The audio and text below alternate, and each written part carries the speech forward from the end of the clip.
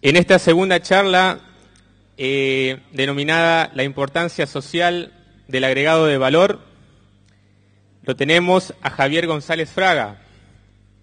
Javier es licenciado en Economía, recibido en la Universidad Católica Argentina, con estudio de posgrado en London School of Economics and Harvard University. En 1994 fue honrado con el título de profesor ordinario de la Universidad Católica Argentina y hasta el 2015 fue director del programa de estudios en economía aplicada de dicha universidad. Desde 1974 es asesor económico financiero, fue fundador y presidente de GF Macroeconomía Sociedad Anónima. Javier fue 2 veces presidente del Banco Central de la República Argentina, director general del Instituto Argentino de Mercado de Capitales y vicepresidente de la Bolsa de Comercio de Buenos Aires. Además, fue socio fundador de la empresa láctea La Salamandra Sociedad Anónima y su presidente hasta el año 2002. Diploma al mérito por ser designado entre los 5 mejores empresarios PYME de la década. Premio Fundación Invertir 2000 al mejor proyecto de inversión. Además, es coautor de varios libros, tales como El mercado de capitales y El sistema financiero, publicados por ADEVA. También escribió Reforma y Convergencia y el informe sobre una política para pymes, publicado por el Banco de la Nación Argentina en el año 1999. En la actualidad es conferencista habitual en el país y en el exterior. Javier, muy bienvenido.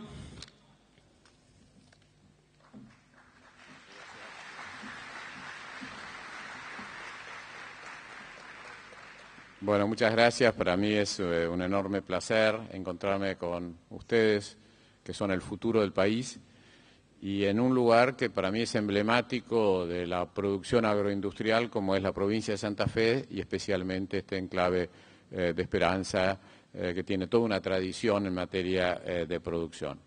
El verdadero motivo que me alentó a tomarme el avión y llegar hasta acá y conversar con ustedes es justamente verlos cara a cara y entusiasmarlos. O sea, he venido a entusiasmarlos.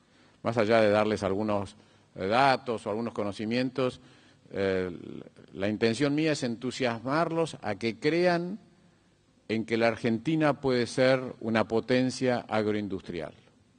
Y de eso se trata el título de esta conferencia, que es la importancia de incorporar valor. Incorporar valor significa transformar algunos granos o algunos otros productos de la tierra en cosas que tengan mucho más valor que lo que eso contiene. Y el valor que se le agrega son salarios. Cuando se comentó recién que yo estuve en La Salamandra haciendo dulce leche, haciéndole competencia a algunas distinguidísimas empresas de la zona que siempre se sorprendieron de cómo en Buenos Aires podía aparecer un dulce leche que le hiciera competencia a empresas tradicionales del sector. Yo estaba multiplicando por 5 el valor del azúcar y la leche que contiene un frasco de dulce leche. O sea, en esos 5 veces más valor se pagaba al que diseñó la etiqueta, al que diseñó el frasco, al que hacía el marketing, al que hacía la gestión de exportación, al que hacía la gestión de distribución. Eran todos valores agregados, 5 veces más que la leche y que el azúcar que en última instancia un frasco de dulce leche es nada más que eso. Entonces yo creo que tiene que ser muy importante como objetivo el tema de agregar valor. Diría en una reflexión más de tipo más general, más económica, que la única manera de tener crecimiento con equidad social es cuando el crecimiento genera empleos. No todo crecimiento genera empleos. Lamentablemente hay muchos ejemplos recientes, y la Argentina es uno de esos, de crecimiento que no soluciona la pobreza, porque apenas se generan empleos y sobre todo cuando se generan empleos no se generan empleos accesibles a los jóvenes, se generan a lo mejor algunos pocos empleos muy especializados. Tenemos que adoptar políticas de crecimiento económico que generen empleos de alta calidad y por lo tanto bien pagos y muchos empleos. Y de eso se trata, y especialmente de eso se trata cuando actuamos sobre las pymes agroindustriales, que es el sentido de la charla que me trae a mí hoy acá. O sea, la importancia de generar pequeñas empresas capaces de agregar valor a productos de la tierra. Analicemos por un momento el comercio con China, como para darles a ustedes otra visión de la importancia que tiene esto. El comercio con China hoy no da un resultado favorable. Ustedes tienen la idea de todos los camiones cargados de soja que llegan hasta los puertos de Rosario, otros puertos sobre el Paraná y parten en barcos rumbo a China. Bueno, esos son 20.000 millones de dólares anuales más o menos que salen de soja directamente a la China.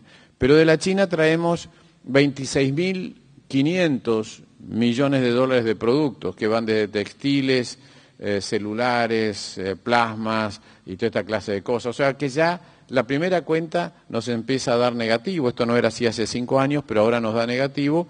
Le estamos pagando a los chinos 6.500 millones de dólares más de lo que realmente nos compran ellos a nosotros. Pero si analizamos esa situación por afuera del número, no es solo 6.500.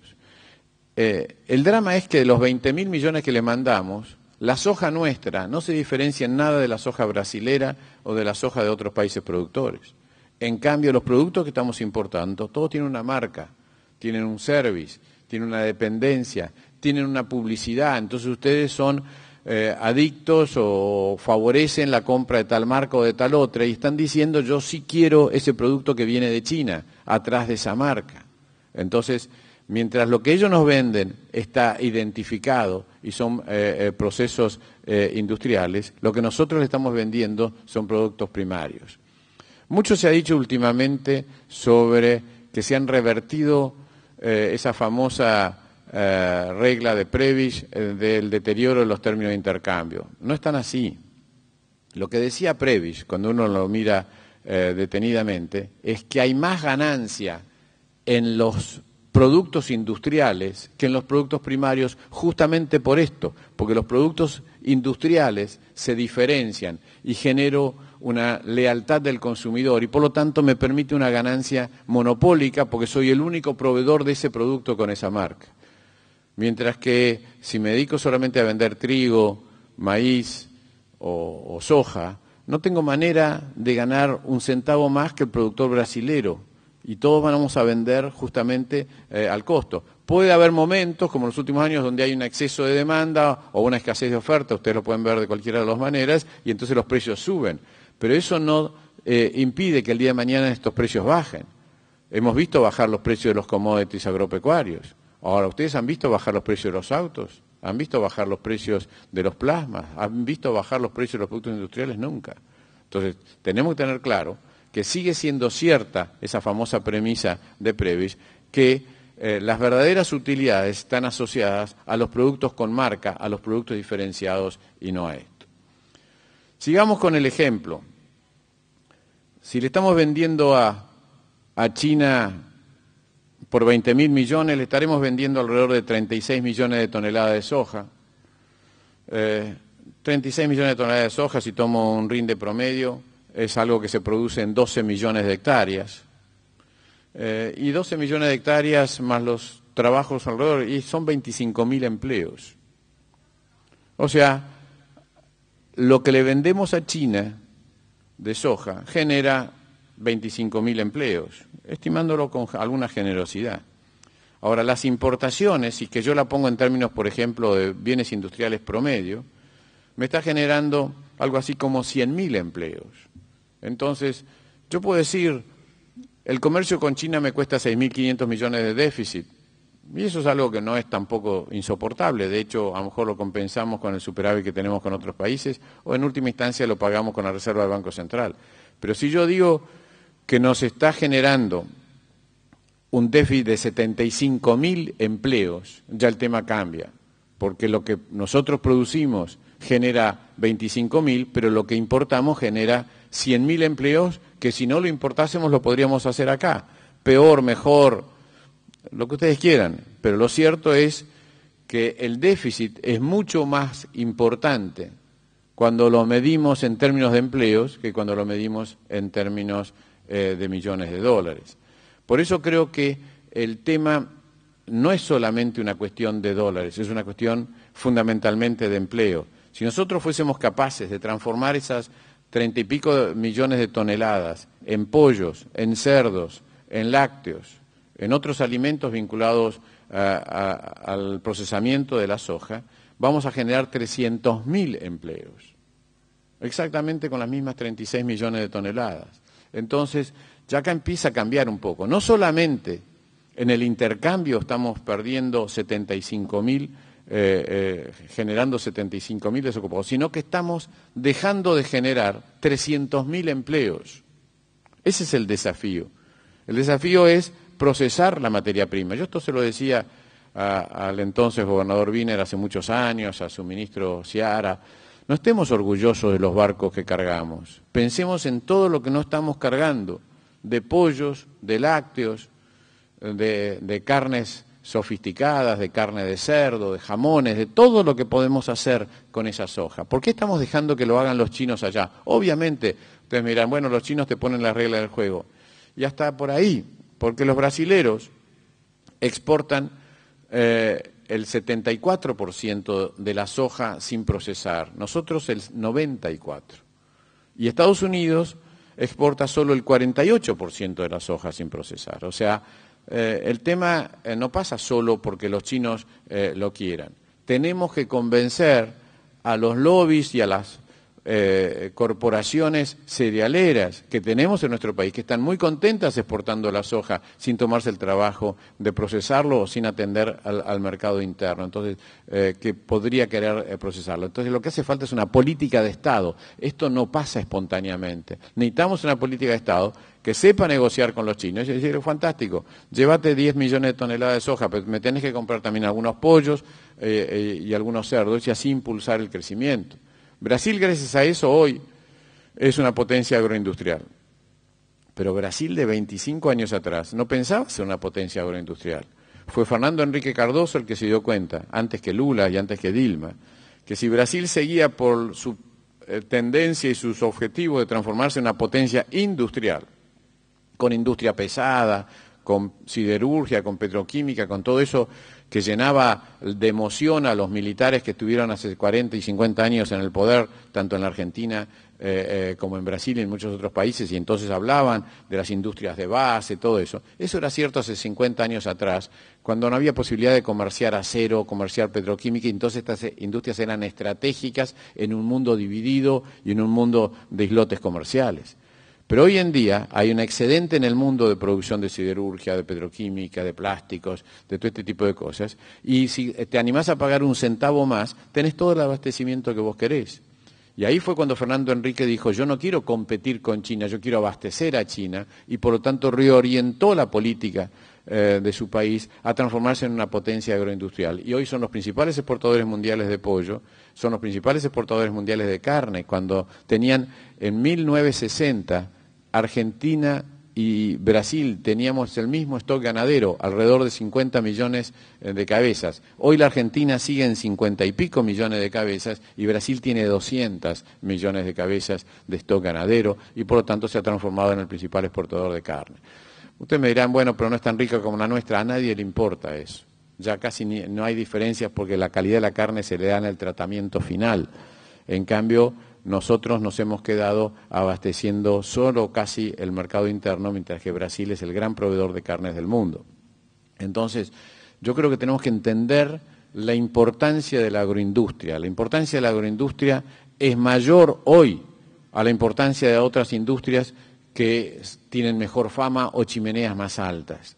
Decía Guido Di Tella, que fue un precursor en estas ideas, no nos enamoremos de las chimeneas y si quieren hagamos las chimeneas, pero no le pongamos una planta abajo con su sentido del humor, porque eso ya es demasiado caro. Pero lo que es que tenemos que hacer es justamente las actividades del desarrollo intermedio que tienen que ver con nuestra disponibilidad de materias primas y nuestros conocimientos. Y esto puede generarnos, hoy en esta coyuntura donde el mundo demanda alimentos y demandan proteínas, puede generarnos más y mejores empleos.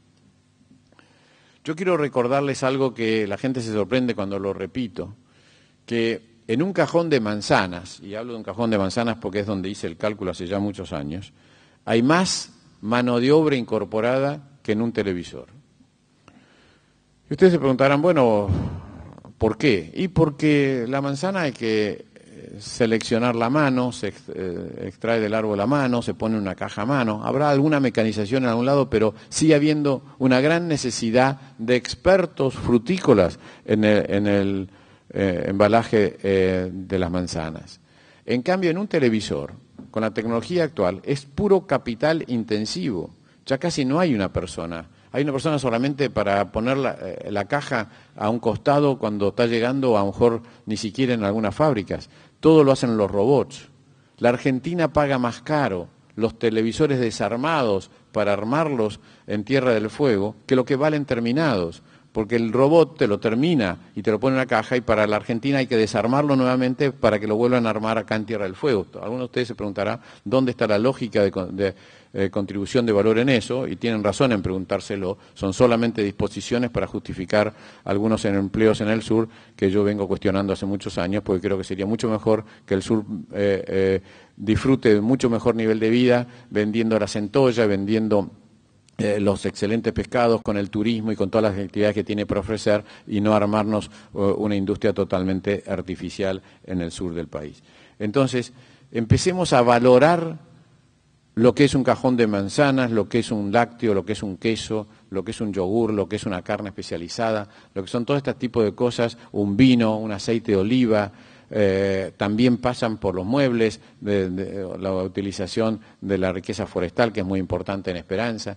Toda esta clase de cosas son las cosas que nos pueden pagar los mejores salarios. Entonces no tienen nada que envidiarle, ni tienen por qué tener más importancia, menos importancia que la industria siderúrgica, que la industria automotriz, o que estas industrias que aparentemente llenan los corazones de los que se emocionan con las chimeneas muy altas, pero no hay necesariamente atrás de esas chimeneas tan altas mejores salarios y mejores empleos. Entonces, yo quiero que ustedes coloquen a la agroindustria como una industria de base de la Argentina. Yo he sostenido, porque he tenido alguna ocasión de charlar con ellos, que si hoy la dupla Frondizi y Frigerio, los inventores del desarrollismo en la Argentina, me refiero a Frigerio el abuelo, ¿no es cierto?,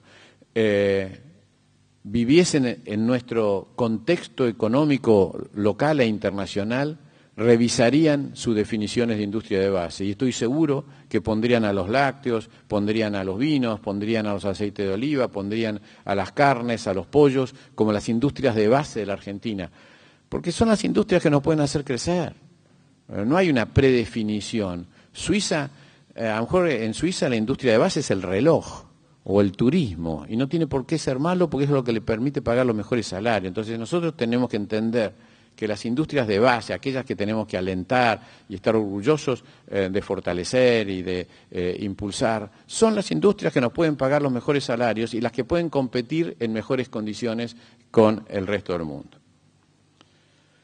Creo además que todas estas industrias que mencioné, la vitivinicultura, la de los aceites, las aceitunas de La Rioja, las naranjas de Corrientes, los limones de Tucumán, los lácteos de las zonas como esta, las carnes, el maní de Córdoba, es larguísima la lista de lo que se puede hacer, pasando por los muebles y pasando por la lana, por una cantidad de otras cosas, la yerba. Todo eso, ¿de qué estoy hablando? Estoy hablando de equilibrio geográfico. Estoy hablando de generar empleos buenos, muchos, bien pagos y distribuidos por toda la geografía de la Argentina. Y esto que se llama equilibrio geográfico no es poca cosa. El equilibrio geográfico nos genera primero una calidad de vida. Ustedes son todos jóvenes, algunos están viniendo a estudiar acá por lo que me contaban de 50, 100 kilómetros, 200 kilómetros.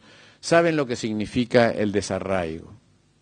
Bueno, las industrias basadas en los productos agrícolas o ganaderos, la agroindustria, puede crecer en todos estos lugares y ustedes pueden mantener una vida laboralmente exitosa cerca de sus familias. No tienen que trasladarse a Rosario, Córdoba o Buenos Aires para trabajar en la industria pesada, en la industria automotriz o en esta clase de otras actividades. Entonces yo creo que también esto es muy importante.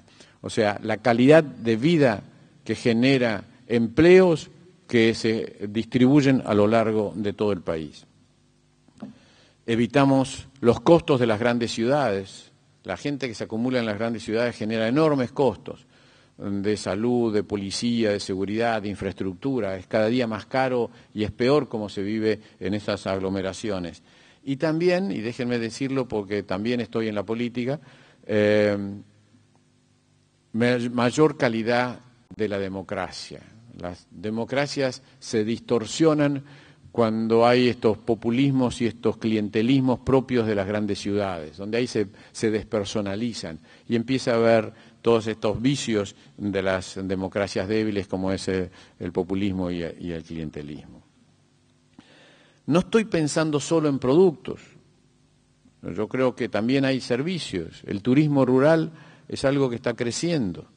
El turismo real que viene asociado al producto, porque cuando uno compra un famoso de estos alfajores de Mar del Plata, no quiero decir la marca para no empezar a hacer publicidad, como me decía el dueño de esta empresa antes que fuera vendida, no estás comprando un alfajor, estás comprando un recuerdo de Mar del Plata. Y esto creo que es muy cierto. Entonces, cuando uno empieza a asociar geográficamente los productos con el turismo, empieza a vender el recuerdo de ese lugar. Y creo que esto también es una cosa muy importante. Entonces mi primera reflexión es, ténganse fe, confíen, entusiásmense con la idea de trabajar en la producción de alimentos para todo el mundo, pensando en el mundo. Alimentos buenos, alimentos de precios razonables, alimentos premium, alimentos como ustedes quieran, sofisticados, orgánicos, para satisfacer las nuevas ondas que le dan mucha importancia a estas cosas, o si no son orgánicos, que sean por lo menos muy ricos, como para atender a los paladares más exigentes. Bueno, todos estos son variantes de esta actividad, que yo creo que tiene un enorme futuro y donde el ejemplo que yo tuve en la Salamandra de lanzarme sin tener casi ningún conocimiento, cuando me fui del Banco Central, enojado con la convertibilidad en el año 91, y me dije, bueno, ¿qué hago? Y bueno, tengo un tambo, me dedico a procesar, me ayudaron una empresa uruguaya, La Pataya, y me dediqué, y a los pocos años estaba consiguiendo todos estos premios que fueron relatados, y algunos más. Tengo el orgullo de decir que con la Salamandra conseguimos el premio más importante que haya conseguido un alimento argentino, el premio de oro en el Fancy Food Show de New York, ¿no es cierto?, en el año 2000, que sin ninguna duda es algo que nos llenó de satisfacción. Ahora, ¿cómo se hace para que esto pueda reproducirse? ¿Cómo se hace para tener una política? Entonces, lo que voy a comentar ahora son 6 propuestas, 6 capítulos de políticas, algunas más macroeconómicas y otras más microeconómicas, para que realmente esto sea posible, porque ustedes van a también tener que participar en la lucha, en la batalla, para que estas políticas realmente progresen. O por lo menos, si no participan activamente ustedes, participen con el voto, con el impulso a los políticos que impulsan esta clase de políticas, estén atentos a este tema, porque en ello también se le va gran parte de su futuro. Lo que necesitamos en última instancia es tener una política de Estado para la pyme agroindustrial. Esto es el título. Necesitamos una política de Estado para promover las pymes agroindustriales. ¿Qué necesitan las pymes agroindustriales? En primer lugar, necesitan una macroeconomía razonable, un equilibrio macroeconómico, no me quiero meter mucho en esto para no aburrirlos, pero un equilibrio macroeconómico que genere por lo menos 2 o 3 cosas. En primer lugar, que genere un tipo de cambio razonable. No estoy diciendo un tipo de cambio recontra devaluado para facilitar la exportación, pero tampoco un tipo de cambio recontra apreciado como el que teníamos hasta hace muy poco y ahora todavía sigue siendo así a pesar de la devaluación de enero. ¿Esto por qué? Porque si tenemos una economía donde el tipo de cambio fluctúa mucho en términos reales, porque de repente viene una avalancha de inversiones o porque viene una avalancha de dólares vinculados a vaca muerta o a la minería y empieza a ser cada vez más barato un dólar, en realidad entonces los tambos dejan de ser rentables, la carne deja de ser rentable, los pollos no se pueden exportar y esta clase de cosas, y entran en crisis que no tienen nada que ver con la actividad. Entonces, ¿cómo se evita eso? Con una situación macroeconómica equilibrada, donde haya un equilibrio fiscal fundamentalmente, que permita que el gobierno sea un comprador de dólares en el caso que haya un excedente de dólares y que mantenga estos precios. Esto no se puede hacer si no hay un equilibrio fiscal. Si se intenta hacer sin equilibrio fiscal, el resultado es inflacionario, porque entonces hay una expansión monetaria mayor de la que está deseando el mercado. Insisto que quiero pasar rápido esto, después si quieren me hacen alguna pregunta sobre la cuestión. Pero necesitamos una macroeconomía que genere un tipo de cambio razonablemente devaluado. Y esto viene de la mano del equilibrio fiscal, por lo que estoy diciendo, y viene de la mano de la inflación controlada. En un contexto de alta inflación es inevitable esta clase de problemas. Por eso, cuando a ustedes se les ocurra escuchar por ahí que alguien habla de decir, bueno, no, la inflación no importa, o el superávit fiscal es una pretensión del Fondo Monetario que en realidad no la necesitamos, diga, este no entiende nada. En realidad, hasta países que no pertenecen al Fondo Monetario, como era hasta hace poco China, tratan de tener una inflación menor al 10% y tratan de tener una situación fiscal solvente. Porque esto, parafraseando a Lenin, hace muchos años atrás, que decía que la eficacia no era un valor burgués, sino era un valor eficaz, como diciéndole, no crean que la eficiencia o la eficacia es propia del capitalismo y que podemos vivir de otra manera, no, es propia de cualquier sistema. Entonces yo creo que también en cualquier sistema, aún en el sistema comunista chino, el tener cuentas fiscales en orden y tener un bajo nivel de inflación es una cosa que ayuda. Entonces esto creo que es un tema central.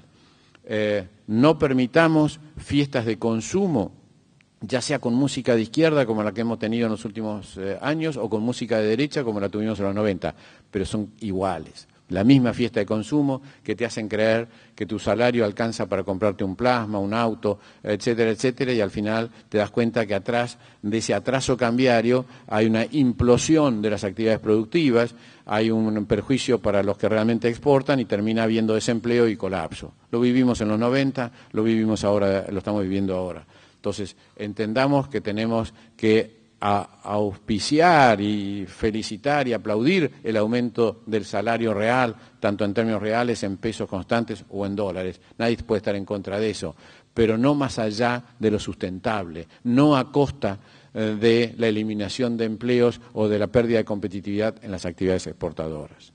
Esto sería el primer capítulo que necesitamos como casi una condición necesaria, no suficiente para el desarrollo de todo esto.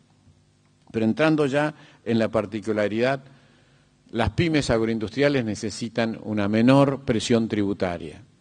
La presión tributaria que estamos teniendo en las pymes agroindustriales es el doble de la Europa mediterránea, donde hay muchísimas pymes agroindustriales. Todos conocemos la industria láctea de Francia, la de España, la de Italia, los distintos quesos, los distintos vinos, todo eso, bueno, todo eso que ustedes ven es pymes. Y todas esas pymes pagan la mitad de impuestos sobre ventas que lo pagan en la Argentina. Yo he escrito un libro que no fue citado porque es más reciente de donde sacaron mi currículum, Sin atajos. Lo escribí hace algunos años con Martín Lustó. Y ahí hay un capítulo dedicado a la salamandra, a la experiencia de la salamandra. En la salamandra se pagaba el 45% de las ventas en impuestos, incluyendo los impuestos al trabajo. Este número en Italia, Francia y España era 22, 23. Ahora en Chile es 30 y en Brasil 33. En la Argentina 45. Entonces acá claramente hay un problema. Las pymes en la Argentina no son para nada protegidas en materia fiscal. Y yo he repetido todos estos años que no es que necesitan ser protegidas porque sean más débiles. Las empresas más grandes pagan mucho menos impuestos. En primer lugar, pagan menos impuestos porque contratan y pueden contratar expertos fiscales, expertos en tributación, que les consiguen todos los mecanismos para pagar menos impuestos. No estoy hablando de la cosa ilegal, estoy hablando de lo legal. Hay una cantidad de mecanismos, el uso de fundaciones, las pasantías, hay una cantidad de mecanismos que las empresas grandes pueden usar para pagar menos impuestos. Todas las desgravaciones, ponen fábricas en San Luis, en zona, etcétera, entonces desgravan. Pero las pymes no lo podemos hacer. Entonces yo creo que un tratamiento más benévolo, tributario a las pymes, que está en todas partes del mundo, no es para darles una ventaja, es para compensar las ventajas que tienen las empresas grandes. Entonces creo que esto es un tema central, que tiene que pasar por una reducción del IVA, que tiene que pasar por una norma, como hemos presentado con Roberto Lavagna hace muchos años en el Congreso, que desgrave las utilidades de las pymes en la medida que se mantenga la relación capital-trabajo. Esto a lo mejor no lo entienden explicado así. Es una manera de blanquear trabajo desgravando utilidades. O sea, es un incentivo para blanquear trabajo. Y de esta manera creo que vamos a lograr también un progreso social importante, incorporando más trabajadores a la formalidad y no a la precariedad como están hoy en día. Por lo tanto, el segundo elemento sumamente importante es el tema de menores impuestos. Déjenme que les cuente cómo es en Italia. En Italia, si ustedes hacen una pyme de menos de 20 empleados, la ley te permite ni siquiera llevar libros. O sea, puedes vender directamente y es legal, sin factura. A no ser que le vendas a una gran empresa, entonces ahí tenés que hacer una factura, para evitar que justamente la gran empresa se transforme en una suma de pequeñas empresas. Por eso es que Italia es la cuna del diseño, es la cuna de una cantidad de proyectos, porque no te complican la vida con regulaciones de entrada. Te dejan primero crecer y después, si seguís creciendo, vas a estabilizarte y empezar a hacer otras cosas. Yo cuando hice la salamandra solía decir que de haber sabido todas las regulaciones que tenía que cumplir, nunca lo hubiera hecho. Lamentablemente, o por suerte, me fui enterando de a poco de todas las normas ridículas que me fueron imponiendo. Acá me toca el tercer capítulo, que tiene que ver con la desregulación de una cantidad de actividades. A mí me tocó presidir el Banco Central y tengo, lamentablemente, con todo el afecto que le tengo, que decir que el Banco Central está primera en el ranking antipymes del país. ¿Por qué? Porque en todos los créditos que ustedes van a pedir, las normas del Banco Central obligan a los bancos que te tratan igual a vos que a YPF. Entonces tenés que presentar un proyecto de inversión, balance, una serie de cosas. Y en una pyme, el dueño de la pyme es el único que es capaz de llenar eso. Pero el dueño de la pyme también es el único capaz de vender el producto o hasta de producirlo. Entonces, si se dedica a llenar formularios, está dejando de hacer cosas mucho más productivas. En Estados Unidos, hasta $1 millón podés pedir llenando una página. Es norma que no puede pasar de una página la información que te piden, porque es lógico.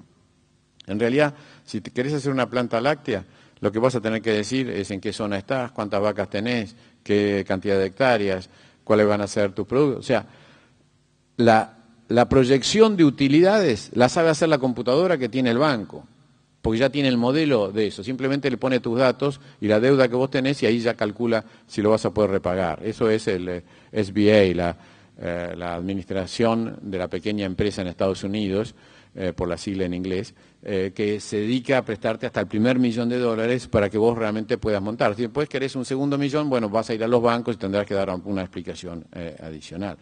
Pero todo esto es el apoyo que reciben las empresas, apoyo tributario, apoyo financiero, tasa diferencial, para realmente alentar el crecimiento.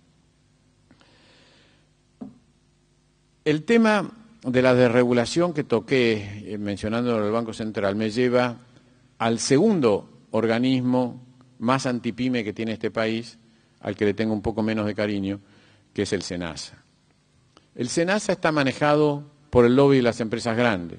Entonces las empresas grandes dijeron no, nadie puede ponerse a hacer un queso si no tiene baño de hombres, baño de mujeres, vestuario de hombres, vestuario de mujeres y toda esta clase de cosas, circuitos. Entonces al final, cuando yo hice la salamandra, me encontré que tenía que gastar más plata en duplicar toda esa clase de cosas, aunque yo tenía 3 hombres trabajando, que en la paila, etcétera. No es que estoy acá siendo sexista ni tratando de discriminar por género, pero entendamos que eso se lo puede exigir a una planta de 50 empleados, de 40 empleados, de 100 empleados. Pero cuando vas a tener 10 empleados, aunque haya una mujer o un hombre, no es un tema, el tema del circuito duplicado de un sector y de otro, esto se arregla.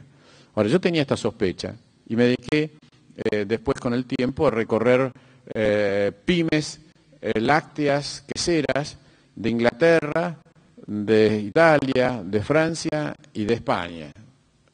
Se sorprendían cuando yo les preguntaba, ¿y dónde está el baño de hombre? No, si acá tengo 5 empleados, 2 mujeres, comparten el baño. O sea, va uno, va, cierra, entra el otro, se cambian por turno. Digamos, se me reían del tema de que yo tuviera que tener todo un circuito. Bueno, este es un típico ejemplo de una norma pensada por alguna de las 2 grandes empresas lácteas, que ustedes saben de qué estoy pensando, y que se las aplican a las pymes, con lo cual elevan la barrera de entrada.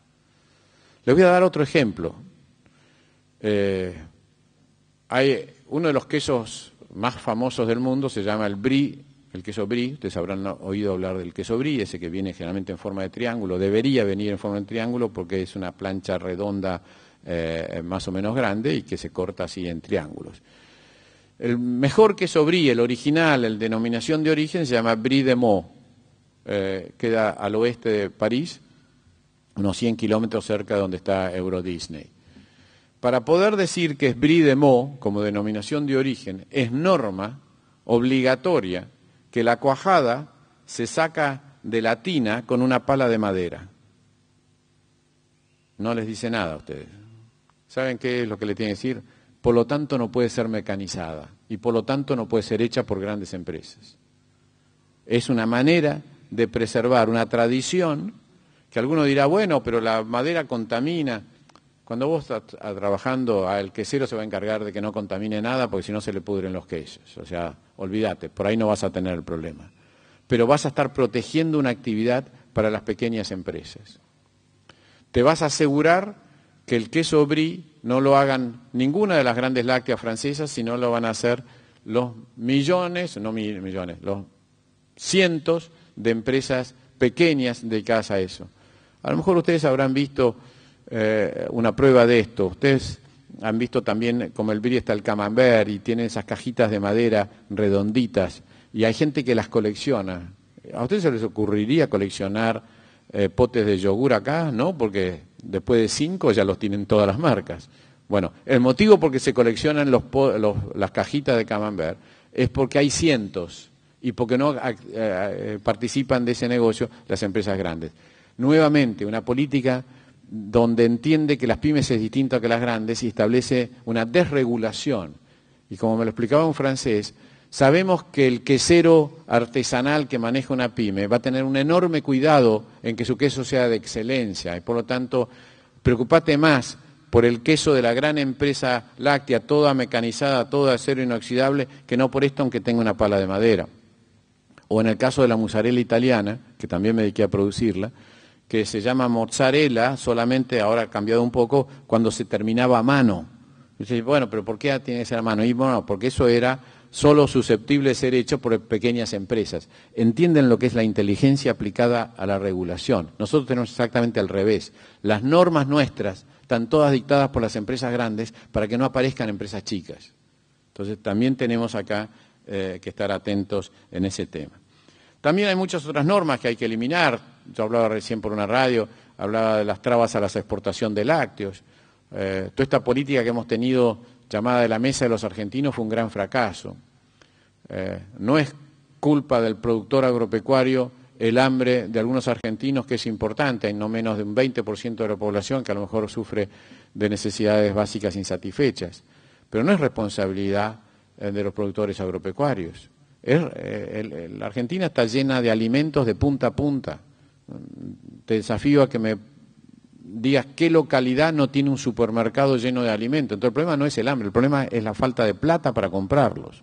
Entonces si hablamos de falta de plata para comprarlos, el problema no es del productor agropecuario, el problema es de las políticas de Estado que tienen que encargarse de poner de alguna manera u otra plata en el bolsillo de esa persona para que pueda acceder a esos alimentos.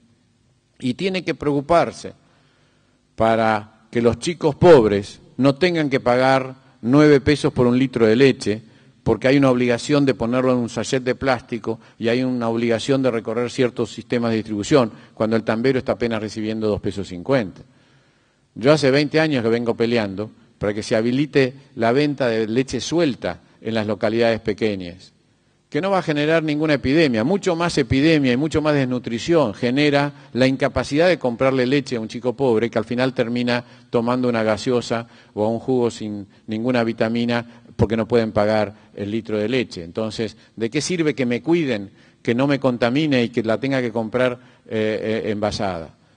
En los pueblos chicos seguramente se conoce a los tamberos y es muy fácil. Cuando yo era chico, aún en Buenos Aires se compraba leche suelta. Ustedes dirán que soy muy viejo, pero bueno, sí, lo seré. Pero hace 50 años se vendía leche suelta en algunos barrios de Buenos Aires y se medía con algún aparatito a ver si tenía agua o no tenía agua. Y además uno le conoce el tambero y sabe que no le va a querer meter. Además, si tiene algo de agua, te estará estafando un poquitito de plata, pero la calidad de la leche sigue siendo mucho más importante. Entonces, realmente tenemos que tener imaginación para poder poner al servicio de los que más los necesitan alimentos baratos, pero no meterle trabas a la exportación de lácteos o trabas a la exportación de carne o trabas a las exportaciones como los estamos viendo, porque eso han llevado a la quiebra a innumerables tamberos que están cerrando todos los días y la Argentina sigue estando alrededor de los 10.000 millones de litros de leche, mientras que todos los países de la región están creciendo año tras año en la producción láctea. Entonces yo creo que acá una alta cuota de desregulación para favorecer el ingreso, para generar financiamiento adecuado, para permitir el crecimiento es muy importante y cambiar los paradigmas estos de que es culpa del productor agropecuario que exista hambre en la Argentina, o no sé si culpa, pero por lo menos responsabilidad solucionarlo.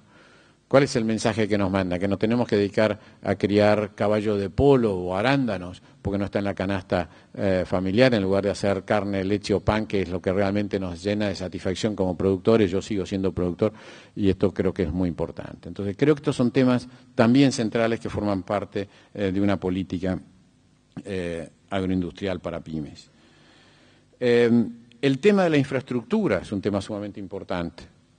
Necesitamos fundamentalmente transporte y energía. La política me ha llevado a recorrer el país y siempre pregunto en pequeñas localidades de 20.000 habitantes, ¿y por qué no hay una empresa láctea acá? ¿Y por qué no hay una empresa de fideos? ¿Por qué no hay una panificadora? ¿Por qué no? No hay energía. Entonces, el acceso a energía, a una disponibilidad suficiente, abundante y a un costo razonable es un tema central. También el transporte, revitalizar la línea del Belgrano Cargas, dejar de depender del camión. Son todos temas que hacen al costo, que hacen a la competitividad. Esto también forma parte de una política agroindustrial pensando en las pymes. Y también no quiero dejar de mencionar todo lo que puede significar la promoción concreta. Mencioné al pasar la importancia de la denominación de origen, sobre todo en Europa. Creo que esto es realmente importante, es la manera de proteger, o sea, hay ciertos quesos, ciertas carnes, ciertos salames, imagínense, desconozco la particularidad de Esperanza, pero seguramente algunos de ustedes serán de Rafaela, y en Rafaela hay una clase de salame traído de sus ancestros italianos muy particular. Bueno, eso debería ser el salame de Rafaela, que solamente para hacerlo tenés que tener ciertas regulaciones, ciertos ingredientes, ciertas prácticas, y eso la gente entonces sabe, cuando dice salame de Rafaela es eso. Claro, ustedes miran, los que están en Rafaela lo saben, sí, pero yo quiero saberlo cuando lo compro en un supermercado de Buenos Aires, que esté diferenciado el salame de Rafaela de los otros salames. Y lo mismo puede pasar con una cantidad increíble de productos. Estas diferenciaciones aseguran un mercado, permiten trabajar en la calidad, protegen esa actividad y evitan que venga una empresa grande y haga salame de cualquier manera y te lleve a la quiebra, porque la gente, si no está diferenciado, obviamente va a elegir el más barato por más que no sea el mejor. Entonces, todas estas cosas son sumamente importantes. También la marca país, yo creo que tenemos que tratar de invadir el mundo con estos productos y ahí necesitamos apoyo real, concreto, para relacionarnos. Y también, por supuesto, explotar los clústeres. Ustedes habrán oído hablar de lo que son los clústeres. Son estas actividades que empiezan a tener en común y, por lo tanto, logran que haya estudiantes que estudian las actividades, ya sea el clúster de la madera, del mueble, o el clúster de la frutilla, y entonces, o de la yerba mate. Bueno, esto surge espontáneamente, pero si se lo ayuda es mucho mejor. ¿Cómo se lo puede ayudar? Y, por ejemplo, poniendo en la sucursal del Banco Nación de la zona un especialista en la actividad que facilite que cuando venga el fabricante de sillas, pero que está empezando, diga, bueno, decime cómo son tus posibilidades y yo te hago el proyecto. ¿Por qué? Porque tengo acá un modelo o un Excel y te lo tiro enseguida. Eso es una manera de apoyar y no pretender que el fabricante de sillas se ponga él con su computadora o le pida al hijo que sabe un poco mejor, más de Excel que él, que le haga el proyecto, porque eso no sirve. Eso es perder tiempo, cuando estas cosas podrían hacerlas en los bancos de la zona, y esto es apoyarlo. Y también en las universidades de la zona o en las escuelas de altos estudios de la zona, especializarse en esas actividades para ir promoviendo un conocimiento local, regional. Esto creo que es sumamente importante. Si no están metidos en este tema, vean los clústeres estos, escrito con U, y van a ver todo lo que se puede hacer en este tema. No quiero dejar de mencionar también que necesitamos una integración al mundo en línea con estos temas. Los alimentos son generalmente resistidos en las aduanas, o sea, nadie quiere que le metan alimentos de otro país, y no solo por cuestiones sanitarias, esta es la excusa, porque le interesa proteger la propia actividad. Bueno, exige inteligencia y capacidad negociadora. Yo siempre pongo el ejemplo de México y en contraposición al de Argentina. México producía un dulce de leche, que lo llamaban de otra manera, y rebotaba en Estados Unidos como rebotaba el nuestro, que no es que rebotaba, te ponían $1 por kilo porque te consideraban que era un producto que contenía mucho azúcar.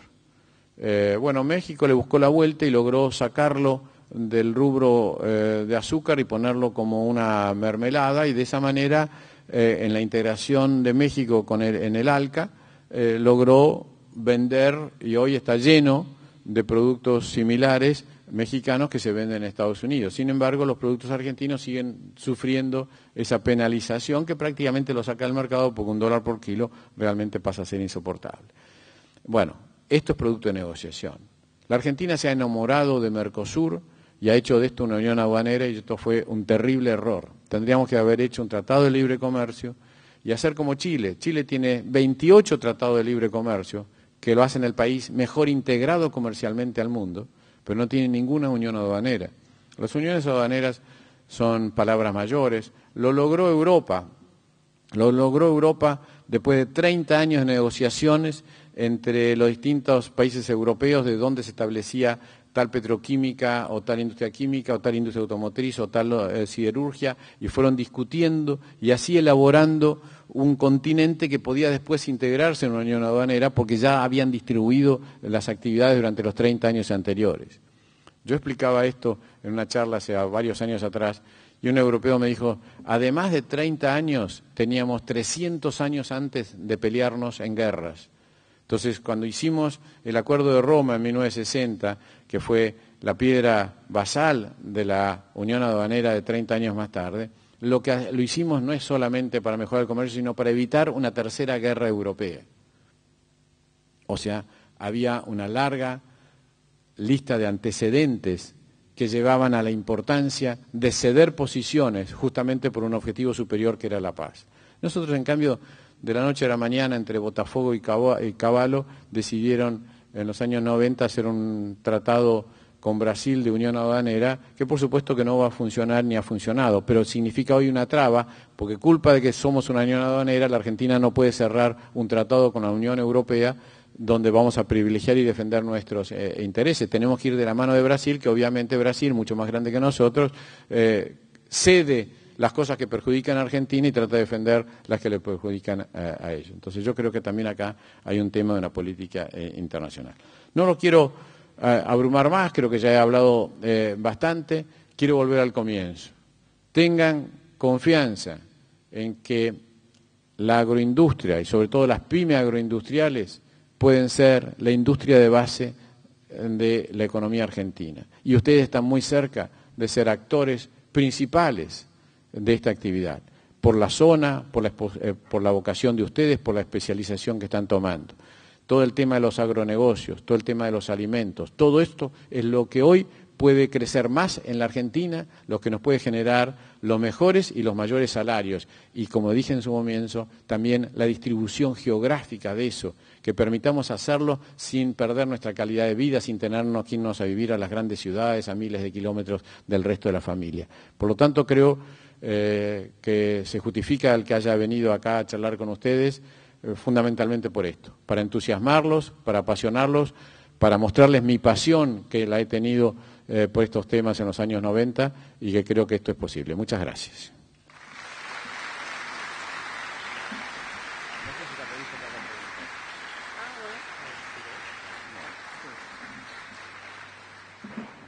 No sé si hay preguntas que me quieran hacer, no sé si hay algún micrófono, cómo lo podemos hacer de otra manera, pero no tendría ningún problema en contestar algunas preguntas si alguien quiere hacerlas.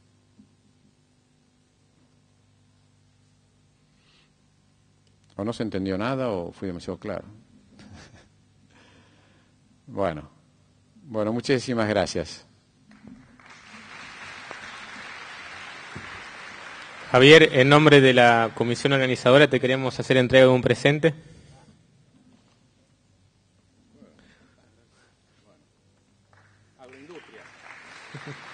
Muchísimas gracias por venir, Javier.